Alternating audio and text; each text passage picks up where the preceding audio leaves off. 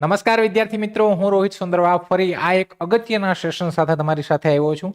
Railway તો કે railway calendar પ્રમાણે કામ કરતું થઈ ગયું અને રેલવેમાં 2024માં તો કે ભરતીઓ બધી આવી, 2025માં પણ ભરતીઓ ચાલુ થઈ ગઈ અને 2026નું પણ કેલેન્ડર આપી દીધું. પણ તો કે 2024માં એક એવી ભરતી જે કહેવાય ને કે ચર્ચિત રહી અને આ ભરતી એટલે કે ગ્રુપ ડીની 10 પાસ અને આઈટીઆઈ એની વચ્ચે જંગ હતો અને છેલ્લે તો કે ભાઈ ડિસિઝન એવું આવ્યું કે બંને ફોર્મ ભરશે અને બંનેનું વેલિડ ગણાશે અને બંને પરીક્ષાઓ આપશે. પરીક્ષા અત્યારે ચાલુ છે. 16 જાન્યુઆરીએ એની પરીક્ષા એટલે કે ગ્રુપ ડી જે 2024ની ભરતી હતી, 32,000 જગ્યાઓ હતી, જેમાં આપણા ઝોનમાં એટલે કે અમદાવાદ ઝોનમાં તમે વાત કરો તો 4,000થી પણ વધારે જગ્યાઓ હતી. આની પરીક્ષા 16 જાન્યુઆરી સુધી ચાલશે. ઓનલાઈન પરીક્ષા છે, સિંગલ એક પરીક્ષા, એના પછી તો કે સ્ટેજ છે. પણ એક વસ્તુ એ છે કે તમે 10 પાસ કરેલું હોય અને આઈટીઆઈ કરેલું હોય તો તમારી પાસે એક સેન્ટ્રલ ગવર્મેન્ટની જે જોબ છે એ તમારે મેળવવાની એક સુવર્ણ તક એટલે કે સારામાં સારી તક છે. રિસન્ટલી પરીક્ષા ચાલે જ છે અત્યારે, પણ જે લોકો ઘણા બધા એવા વિદ્યાર્થીઓ છે કે એને એ પણ નથી ખબર કે સાહેબ ગ્રુપ ડી શું છે, આમાં ફોર્મ ફિલિંગ શું કરવું, શું રીતના કરવું. તો આ બધી વિચારવા માટે કે જે લોકો ક્યાંય ને ક્યાંય ગઈ ભરતીમાં રહી ગયા હોય એના માટે તો કે એના માટે ફરી રેલવે એક નવી ભરતી આપી છે અને આ ગ્રુપ ડી જ છે.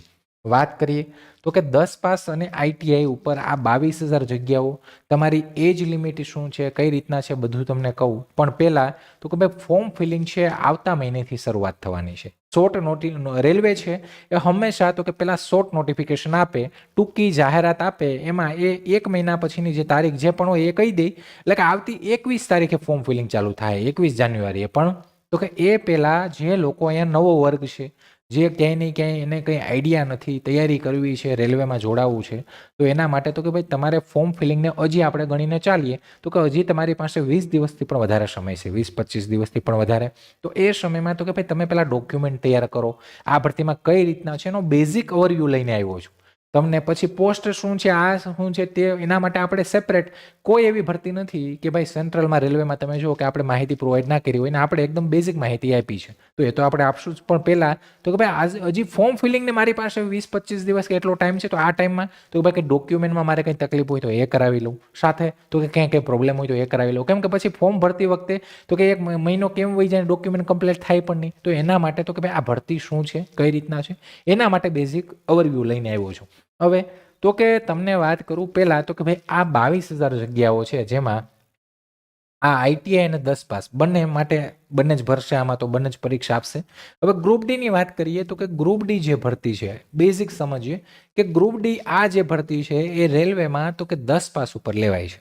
લેવલ 1ની પોસ્ટ તમે 10 પાસ છે, તમારી ઉંમર, તમે જનરલ કેટેગરીમાં છો, તમારી ઉંમર 18થી 33 વર્ષની અંદરમાં છે એટલે તમે ફોર્મ ભરી શકો. તમે ઓબીસીમાં હોય તો +3 અને તમે એસસી એસટીમાં હોય તો +5. જે એના વગર તો કે ભાઈ દિવ્યાંગ, એક્સ સર્વિસમેન, એને અલગ છૂટછાટ જે સેન્ટ્રલમાં લાગે છે. તો એનો મતલબ તમે આ એજમાં આવતા હોય, 10 પાસ હોય તો તમે ફોર્મ ફિલિંગ કરી શકો. ગ્રુપ ડી શું છે? તો ભાઈ ગ્રુપ ડી જે ભરતી છે રેલવેમાં એ આસિસ્ટન્ટ લેવલની પોસ્ટ છે, જેમાં તો કે પોઈન્ટ્સમેન છે અને એના વગરની તો કે ભાઈ પોઈન્ટ્સમેન કોણ, તો ખબર છે આપણે રેલવેને જોઈન કરે એ પોઈન્ટ્સમેન. તો આ જે પોઈન્ટ્સમેન છે એના વગરની તો કે ભાઈ આસિસ્ટન્ટ લેવલની. આસિસ્ટન્ટ એટલે કે રેલવેના જેટલા પણ ડિપાર્ટમેન્ટ છે એમાં તો કે 10 પાસ ઉપર તમારે કોઈને કોઈ ડિપાર્ટમેન્ટ, બ્રિજ છે, હોસ્પિટલ છે, કંઈ પણ રેલવેમાં જેટલા પણ ડિપાર્ટમેન્ટ આવે છે, ઇલેક્ટ્રિક, આ તે, તો બધામાં ટ્રેક છે, ટ્રેક મશીન છે, પછી તો કે કંઈ લગેજનું છે, કંઈ પણ છે, તમારું આસિસ્ટન્ટ લેવલની જોબ છે અને તમને ત્યાં પોસ્ટિંગ મળે. આમાં તો કે મેલ ફિમેલ બંને કેન્ડિડેટ એપ્લાય કરી શકે. અને આ પોસ્ટ એવી છે ગ્રુપ ડીની કે ભાઈ અહીંયા તો કે અહીંયા તમારો પગાર છે એ તમારું બેઝિક પગાર તમારો 18,000 સ્ટાર્ટ થાય. બેઝિક 18,000. આમાં તમારું એચઆરએ સાથે ટીએડીએ આ બધું એડ થતાં તમારી સેલેરી અરાઉન્ડ 30,000 પ્લસ સ્ટાર્ટિંગ થાય અત્યારે. સાથે તો કે આમાં તમને સાથે રહેવા માટે તમને ક્વાર્ટરય મળે, તમને રહેવા માટે આ લોકો ક્વાર્ટરય આપે છે. બીજું કે ઝોન વાઇઝ આ ભરતી થાય એટલે આપણે તો કે આપણે આપણા અમદાવાદ ઝોન લાગે. હવે ઘણા લોકોના મનમાં એ પ્રશ્ન હશે, સાહેબ અમદાવાદ ઝોન એટલે હું, મને નોકરી અમદાવાદ જ મળે? નહીં, પણ આપણે રેલવે રિક્રુટમેન્ટ બોર્ડ જે છે એનું મેઇન હેડક્વાર્ટર અમદાવાદ છે, એટલે આપણે અમદાવાદ ઝોનમાં ફોર્મ ભરવાનું. પછી તમે જ્યારે પાસ આઉટ થાવ ત્યારે નોર્મલી બને છે એવું કે તમને ઘરના જે આપણું ઝોનલ મીન્સ આપણું જે ઝોન લાગતું એના અંડરમાં જ મળે છે, એટલે કે નજીકમાં મળવાના ચાન્સીસ એ પૂરેપૂરા છે. 10 પાસ ઉપર તમને સારી નોકરી, એક સેન્ટ્રલ ગવર્મેન્ટની નોકરી, અને બીજી વસ્તુ કે સૌથી બેસ્ટ વસ્તુ હોય તો આમાં પ્રમોશન. પ્રમોશન એ માટે કે ભાઈ અત્યારે તમને ખબર છે એનટીપીસીમાં આપણે જોઈએ તો પ્રમોશન એટલું જગ્યાઓ ઓછી, પ્રમોશન વધારે મીન્સ કોમ્પિટિશન વધારે અને તૈયારી વધારે, એ પ્રમાણે કરવું પડે. પણ તમે અહીંયા માની લો કે તમે પોઈન્ટ્સમેનમાં લાગી ગયા, પોઈન્ટ્સમેનમાં લાગી ગયા એટલે તમે પહેલા દિવસથી સ્ટેશન માસ્ટર આગળના લેવલ માટે તમે પ્રમોશન માટે એલિજિબલ થઈ જાઓ. એટલે કે તમે 2, 4, 5 વર્ષમાં તમે તો કે એનટીપીસીની જે પોસ્ટ છે એ તમે લઈને બેઠા હોય અને તમારું ફ્યુચર છે સારામાં સારું છે, બ્રાઇટ ફ્યુચર. આ કહેવાની વાત નથી, આ રિયાલિટી છે. મારા ખુદના એક રિલેટિવ છે એ તો કે એ પ્રમોટ થઈને અત્યારે સ્ટેશન માસ્ટર થઈને બેઠા છે. એટલે મીન્સ કે અત્યારે નોકરી કરે છે. તો એના માટે તો કે આપણી સામે જીવતું જાગતું ઉદાહરણ છે. એટલે બીજું કંઈ ઉદાહરણ મારે ક્યાંય લેવાની જરૂર નથી, મેં જોયેલું છે. તો તમે 10 પાસ ઉપર આ ભરતીની તૈયારી કરો તો તમારા માટે એક સારી ઓપોર્ચ્યુનિટી. જે લોકો નવા છે એમના માટે તો કે એમને પણ કહી દઉં, પહેલાં તો કે ભાઈ ફોર્મ ફિલિંગનો હજી વાર છે, મહિનાની અંદરમાં ટાઈમ છે. તો તમારે શું તૈયારી કરવી, શું ડોક્યુમેન્ટ, કયા તમારે ડોક્યુમેન્ટ તૈયાર રાખવા પડશે, એ બધી વસ્તુ તમને કહી વન બાય વન. સાથે આગળ જ્યારે જાહેરાત આવશે ત્યારે તમને તમારે પોસ્ટ વિશે માહિતી જોઈએ તો એ પણ તમને આપી, કઈ પોસ્ટ સારી છે, કઈ રીતના તૈયારી કરવી, શું છે, એ તો આપણે સેશન કરીએ જ છે. પણ અહીંયા તો કે અહીંયા પેલું છે કે હું 10 પાસ છે, મારી ઉંમર 18 થી 33 વર્ષ કે આના અંડરમાં આવે છે, મારે ફોર્મ ભરવું છે સાહેબ, મારે તૈયારી કરવી. પણ તો કે ભાઈ પહેલું ફોર્મ ભરવું ઇમ્પોર્ટન્ટ છે ને ફોર્મ ભરતી વખતે ડોક્યુમેન્ટ જે તે છે એ બધા કમ્પ્લીટ રાખવા પડશે. આગળ જતાં જ્યારે ડીવી કરશો ત્યારે ભૂલ આવી તો ફોર્મ તમારું રિજેક્ટ થાય અને આગળ જતાં તમારી ઉમેદવારી પણ રિજેક્ટ થાય. તો પહેલાં તો કે પહેલો આ મહિનો તો કે આ જે આવનારો આગળનો જે મહિનો છે એમાં તો કે હજી 21 તારીખે ફોર્મ ફિલિંગ ચાલુ થશે. એ પહેલાં તમે ડોક્યુમેન્ટને બધી વસ્તુ કમ્પ્લીટ કરો. હવે તો કે 22,000 જગ્યામાં 3,000થી પણ વધારે આપણું વેસ્ટર્ન રિજિયન લાગે. અલગ અલગ ઝોનમાં રેલવે છે એ બધું ડિવાઈડ કરેલું છે. એમાં આપણું વેસ્ટર્ન રિજિયન લાગે અમદાવાદ, અને એમાં તો કે એમાં 3,000થી પણ વધારે જગ્યાઓ છે, સારી જગ્યાઓ કહેવાય. હવે તો કે ફોર્મ ભરવાની તારીખ છે 21 જાન્યુઆરી, એટલે કે તમારે ગણીએ તમારી પાસે 25 દિવસથી પણ વધારે સમય છે. તો 20 દિવસથી પણ વધારે કે 25 દિવસથી વધારે હાલો ને સમય છે. એ સમયમાં તો કે આ સમયમાં તમારે તો કે તારીખ આવેની વાત નહીં, પણ તમારે ડોક્યુમેન્ટમાં ક્યાંય પ્રોબ્લેમ હોય, કયા ડોક્યુમેન્ટ તૈયાર રાખવા, એના માટે જ તો કે આપણે પ્રાયર તૈયારીથી ચાલવાનું છે. કે જ્યારે આપણે કહેવાય ને કે પેલું કહેવાય ને કે પૂર આવે ને આપણે પાડો બાંધવા બેઠીએ, એવું નથી કરવાનું. આપણે તો કે પહેલાં ફોર્મ ભરવાનું છે, તૈયારી કરવાની છે. તૈયારી તે ધીમે ધીમે અલગની વાત, પણ પહેલાં ફોર્મ માટે મારે બધું કમ્પ્લીટ કરવાનું છે. ક્યાંય પણ કંઈ ભૂલ કે કંઈ હોય. 21 જાન્યુઆરીથી ફોર્મ ચાલુ થશે, 20 ફેબ્રુઆરી એટલે કે 1 મહિનો ભરાશે ફોર્મ. આ ટાઈમમાં તો કે મે બી કોઈ ડોક્યુમેન્ટ થાય ન થાય, પણ એની પહેલાં કે મારી પાસે આ વસ્તુ નથી તો હું એ તૈયારી સાથે રહું. આગળ વાત કરીએ તો કે પસંદગી પ્રક્રિયા શું છે. જે લોકો પહેલી વાર અહીંયા આવ્યા, જેને ખબર નથી, એને કહી દઉં કે પસંદગી પ્રક્રિયા શું. તમારે ગ્રુપ ડીની નોકરી લેવી છે રેલવેમાં, તો કઈ રીતના મળશે. તો તમારે ટોટલ 4 તબક્કા એટલે કે તમારે ટોટલ 4 સ્ટેજમાંથી પસાર થવું પડશે. તમારે ટોટલ 4 સ્ટેજ છે એમાં 1 બાય 1 તમારે પસાર થવું પડશે, ત્યારે તમે તમારા હાથમાં આ ગ્રુપ ડીની નોકરી આવશે. ગ્રુપ ડીની નોકરી માટે તો કે ભાઈ પહેલું સ્ટેજ એ છે કે કોમ્પ્યુટર આધારિત પરીક્ષા, સીબીટી. તમારી જે પરીક્ષા છે એ કોમ્પ્યુટર ઉપર લેવાશે. આ પરીક્ષા ઓનલાઈન હશે. જે પરીક્ષા 100 માર્કની હશે, એમાં 90 માર્ક મીન્સ 90 મિનિટનો તમને સમય મળશે.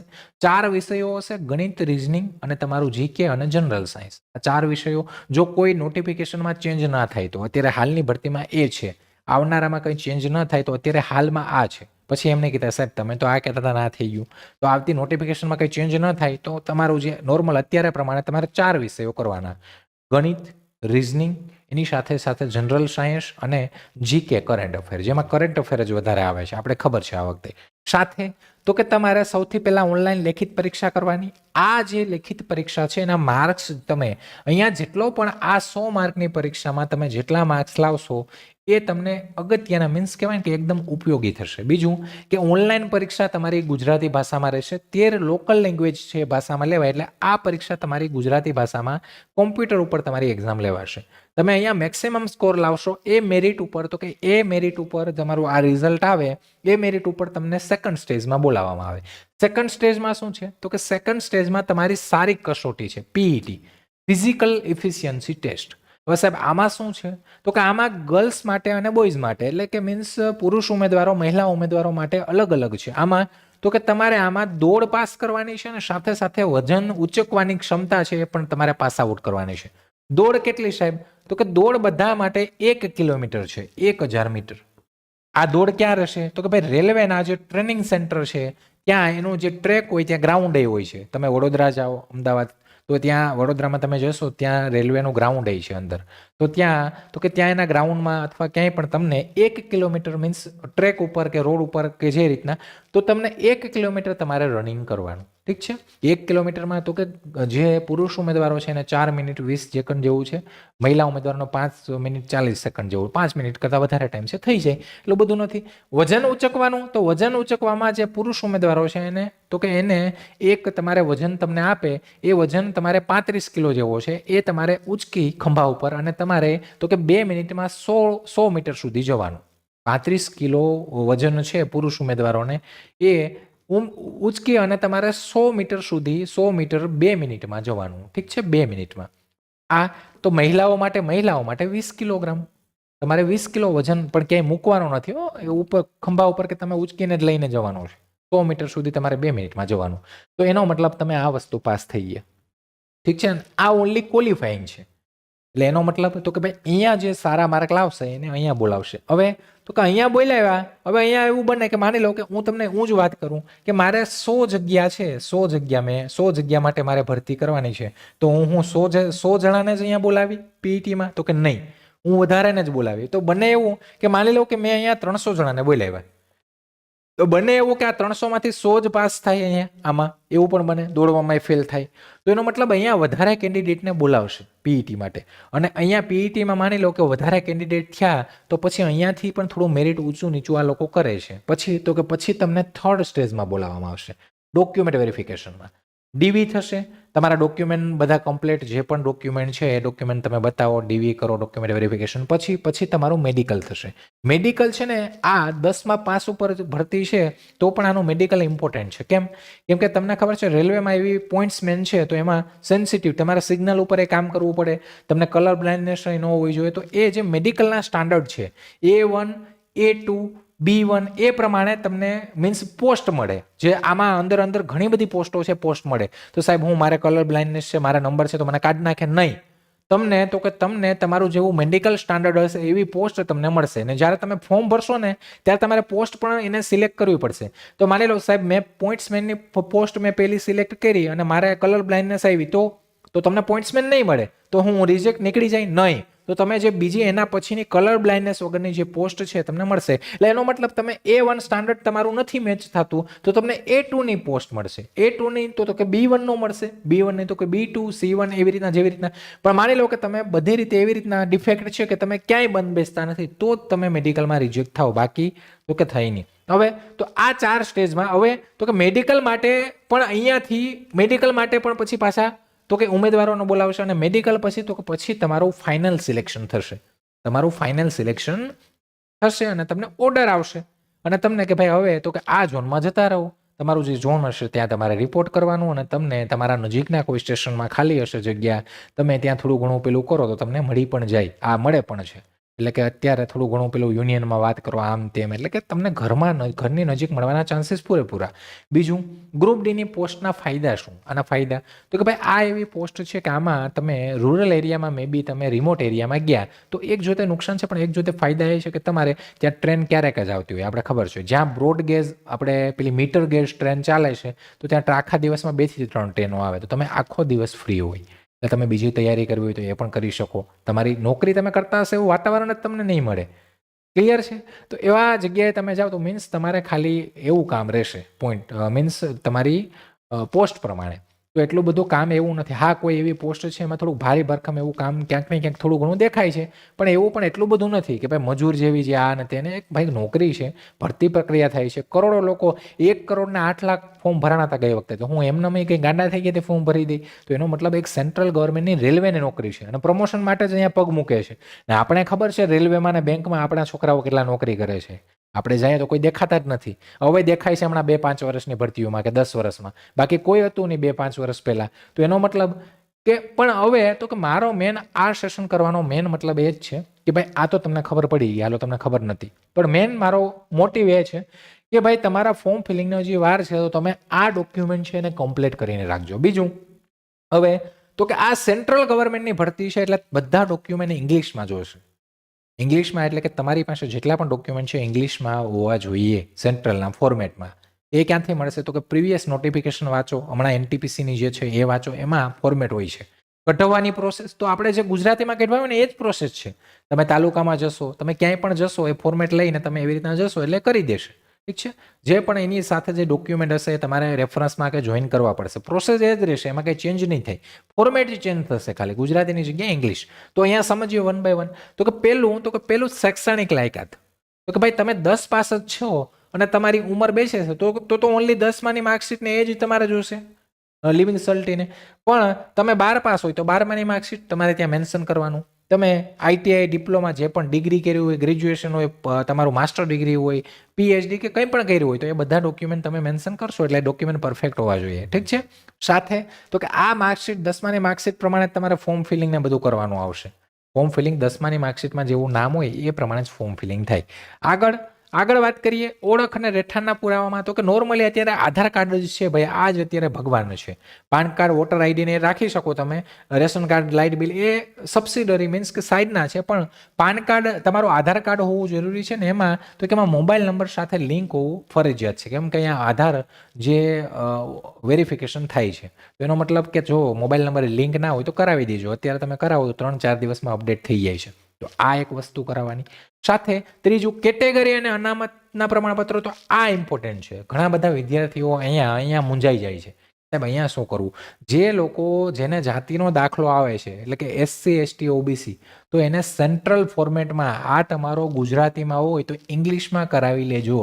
આ ઇંગ્લિશમાં કરાવી લેજો. હજી પણ તમારી પાસે ફોર્મ ફિલિંગને ટાઈમ છે. ઇંગ્લિશમાં કરાવવાની પ્રોસેસ એ જ છે. તાલુકામાં જ જવું પડશે તમારે અને તમારે સેમ એ જ ફોર્મ ભરવાનું, પણ ફોર્મેટ ખાલી ઇંગ્લિશવાળું રહેશે. ફોર્મેટ તો કે એ તમને પ્રીવિયસ એડવર્ટાઇઝમેન્ટ જો રેલવેની કે ક્યાંય પણ તમને મળી જશે. તો આ જાતિનો દાખલો પહેલાં ઇંગ્લિશમાં કરાવજો, ગુજરાતીમાં નહીં ચાલે. બીજું નોન ક્રિમિલિયર. તો ને આ હકીકતમાં જાતિનો દાખલો હોય ને એની કોઈ વેલિડિટી ના હોય, એ ક્યારેય ચેન્જ ના થાય, એટલે એ આજીવન જ હોય જે કઢવું હોય. ઠીક છે. હવે તો કે નોન ક્રિમિલિયર સર્ટિફિકેટ આ કોને, તો ઓબીસી કેટેગરી માટે. હવે તમને જો અહીંયા એસીબીસી, આપણે એસીબીસી છે ને એ ગુજરાત માટે છે, એટલે આ ગુજરાતીમાં તમારી પાસે હશે. ઓબીસી એટલે તો કે ઓબીસી એ સેન્ટ્રલમાં આવે, તમે સેન્ટ્રલની લિસ્ટમાં ઓબીસીમાં આવો છો અને ઓબીસી કેટેગરીનું તમારી પાસે એસીબીસીનું ગુજરાતી છે એ નહીં ચાલે. તમારે આ જે નોન ક્રિમિલિયર છે એ તમારે કઢાવવું પડશે ઇંગ્લિશમાં. અને એની વેલિડિટી કેટલી છે, તો કે એની વેલિડિટી જે આપણું ગુજરાતનું છે એના 3 વર્ષ છે, પણ સેન્ટ્રલની 1 વર્ષની જ વેલિડિટી હોય.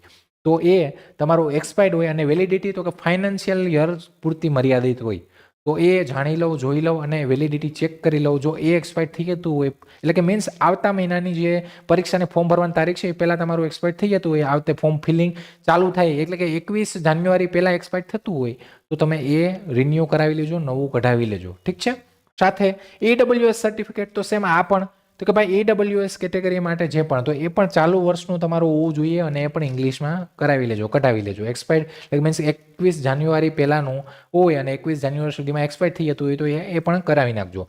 દિવ્યાંગતા પ્રમાણપત્ર. તો જો તમે કહેવાય કે દિવ્યાંગ ઉમેદવાર, તમે એના માટે તો કે તમે PWBD કેન્ડિડેટ તરીકે એપ્લાય કરો તો તમારું આનું સર્ટિફિકેટ તમારી પાસે હોવું જોઈએ પરફેક્ટ. સાથે તમે એક્સ સર્વિસમેન હોય તો એ કરું. આ બધા 3 ઇમ્પોર્ટન્ટ છે. અહીંયા ઘણા લોકો ફસાય છે, પણ આ બધા ઇંગ્લિશમાં જોશે અને સેન્ટ્રલના નિયમ પ્રમાણે જે ફોર્મેટ પ્રમાણે જોશે અને વેલિડિટી જોશે કે એની વેલિડિટી જતી રહી હોવી ના જોઈએ. ક્લિયર? અહીંયા સુધી ક્લિયર છે. આગળ વધીએ તો કે ફોટો અને સહી. તો કે ભાઈ ફોટામાં હવે આ રેલવેવાળાએ આ વખતે નવું કર્યું છે, લાઈવ ફોટો કેપ્ચર કરે છે. એટલે કે તમે જ્યારે ફોર્મ ભરો ને ત્યારે તમારું ડાયરેક્ટ તમારે કેમેરા સામે આમ બેસી જવાનું વ્હાઇટ બેકગ્રાઉન્ડમાં, સરખો ફોટો, એટલે કે મીન્સ કે ટોપીના અંતેને પહેર્યા વગર એકદમ, એટલે ઓટોમેટિક કેપ્ચર થઈ જાય અને લાઈવ ફોટો આવી ગયો છે. એટલે હવે ફોટાનું કંઈ રહ્યું નથી. સિગ્નેચર. તો સાઇન ભાઈ એક વ્હાઇટ પેજ હોય, એ વ્હાઇટ પેજ ઉપર તમે બ્લેક અથવા બ્લુ પેનથી, એટલે નોર્મલી બ્લેકથી જ, તો એનાથી તમે સાઇન કરીને ફોટો પાડીને એ તમારે અપલોડ કરવાની સાઇન. ઠીક છે. તો સાઇન એવી રીતના આવે. આગળ અન્ય વિગતોમાં એના વગર શું, તો કે ભાઈ એક્ટિવ મોબાઈલ નંબર. જે મોબાઈલ નંબર તમારો તો કે ચાલુ હોય ને એ જ નંબર આમાં નાખવાનો. અને એ મોબાઈલ નંબરમાં ભવિષ્યમાં તમને કંઈ મીન્સ કે તમારા અને રેલવે વચ્ચેના જે કંઈ પણ છે કોમ્યુનિકેશન એ બધું ત્યાંથી થશે. એટલે એક્ટિવ મોબાઈલ નંબર જ રાખવાનો.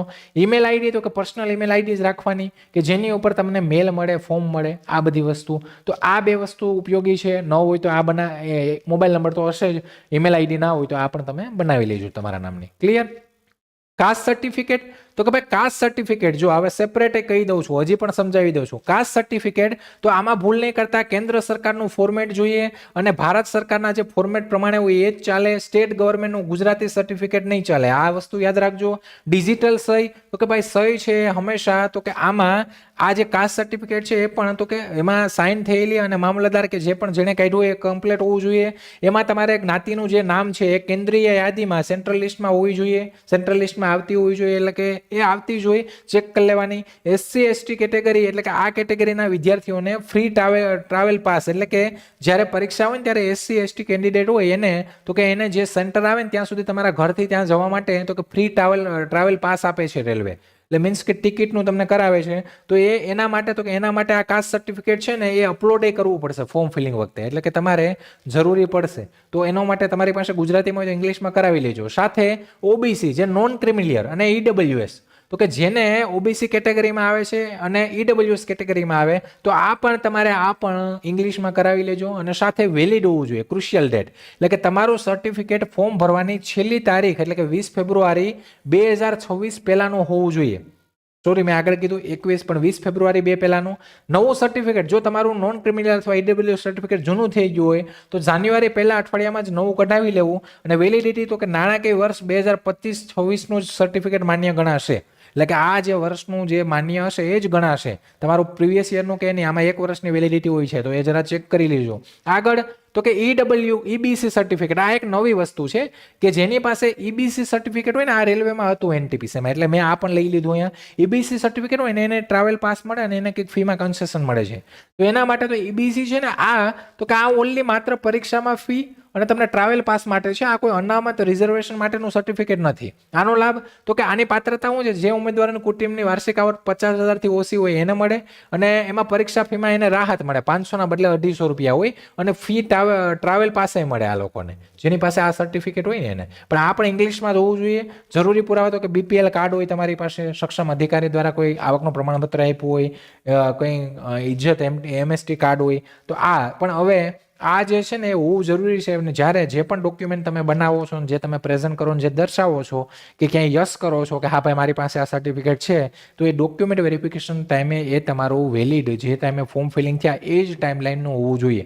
એટલે તો કે એ કરાવી નાખજો. અને આ કંઈ ખોટી માહિતી ક્યાંય દર્શાવશો તમારી ઉમેદવારી રદ થશે ને બધું રદ થશે. એટલે આ વસ્તુ કરવાની નથી. એટલે એટલી વસ્તુની તૈયારી સાથે રહેજો. જો તમારે ગ્રુપ D રેલવેની ભરતીમાં પાસ થવું હોય તો એની તૈયારી માટે તો પછી છે જ, પણ એની પહેલાં ફોર્મ માટે આ બધી વસ્તુ તૈયાર રાખજો. ઠીક છે? અને આની તૈયારી માટે 100 માર્કની એક્ઝામ જ મહત્વની છે.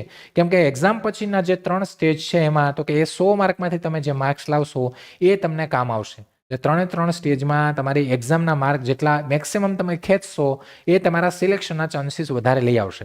અને એક્ઝામની તૈયારી તો કે એના માટે પણ અત્યારથી જ લાગવું પડશે. તમને જે 4-6 આવનારા મહિના છે કે 8 મહિના છે વધારે ટાઈમ મળે સારું છે. હજી તો NTPC, હજી ALP બાકી છે, પછી NTPC ગ્રેજ્યુએટ બાકી છે, NTPC 12th બાકી છે. તમને ટાઈમે પૂરતો મળશે એટલે તૈયારીમાં લાગી જજો સાથે સાથે. અને 10મા લેવલની તૈયારી કરવાની છે અને એકદમ એક ભરતી ઉપર ફોકસ કરો ને તોય થઈ જાય, એટલું બધું કંઈ અઘરું છે નહીં.